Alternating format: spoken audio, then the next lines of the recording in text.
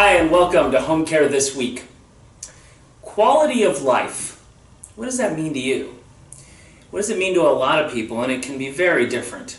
Different stages of life and different situations. But for someone who is suffering from Alzheimer's, both the family and private or family caregivers, as well as the person suffering from the disease itself, quality of life can be very different than anybody else. But it is still important. It is still a critical factor. And for their loved ones, their quality of life of that person suffering from that disease can be the primary thing. There are things that we need to do or that people can do to help improve and enhance that quality of life for the person suffering from that disease. In this portion of a presentation that's produced by the Alzheimer's Association, goes into a little bit of this quality of life issue. And here it is. There are things that if we address it and we are aware and recognize it and acknowledge that this is happening, that can be done to better. I can't promise that it's great because it's tough. This whole thing is tough in those middle and late stages especially. But there can be some elements there that increase and definitely better that quality of life.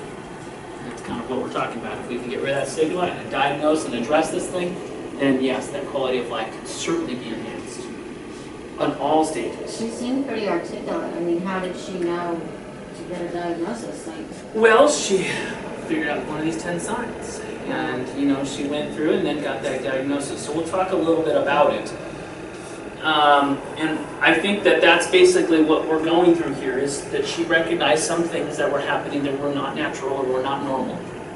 And instead of saying, well, and in her case, because it's her, instead of her saying this is just a normal thing, she went and, did something about it and got a diagnosis. In a lot of other cases, it's other family members as well that are all sort of wrapped up in this that do the same thing.